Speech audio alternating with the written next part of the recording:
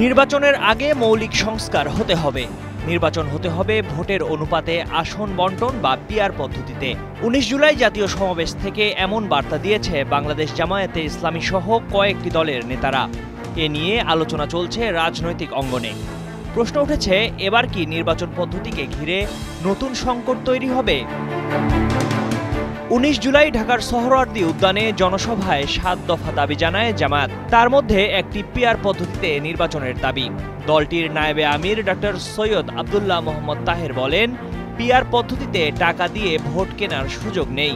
PR পদ্ধতিতে স্বচ্ছ নির্বাচনের বিরোধিতা করা মানে তারা জাতির প্রত্যাশা নিয়ে সচেতন নয়। জামাতের সেক্রেটারি জেনারেল মিয়া গোলাম পাওয়ার বলেন, পিআরের দাবি না মানলে রাজপথে আন্দোলন করে তা আদায় করা হবে।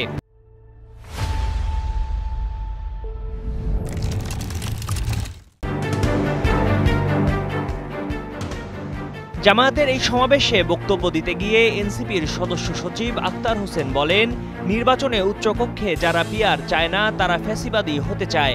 আর ইসলামী আন্দোলনের মহাসচিব ইউনুস আহমদ বলেন, নির্বাচন পিআর পদ্ধতিতেই হতে হবে। এদিকে জাতীয় ঐকমত্য কমিশনের বৈঠকে পিআর পদ্ধতি নিয়ে আলোচনা হলেও তাতে একমত হতে পারেনি রাজনৈতিক দলগুলো।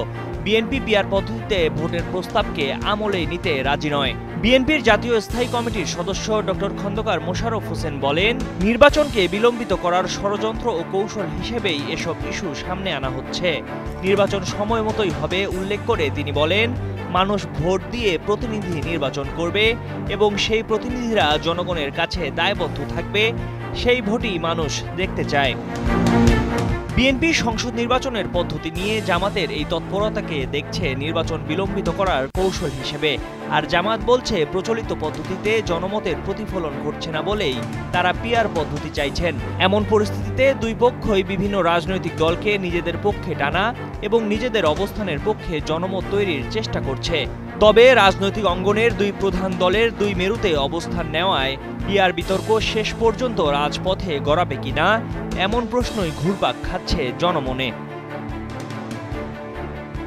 ময়ূখ ইসলাম, কালের কণ্ঠ ডেস্ক।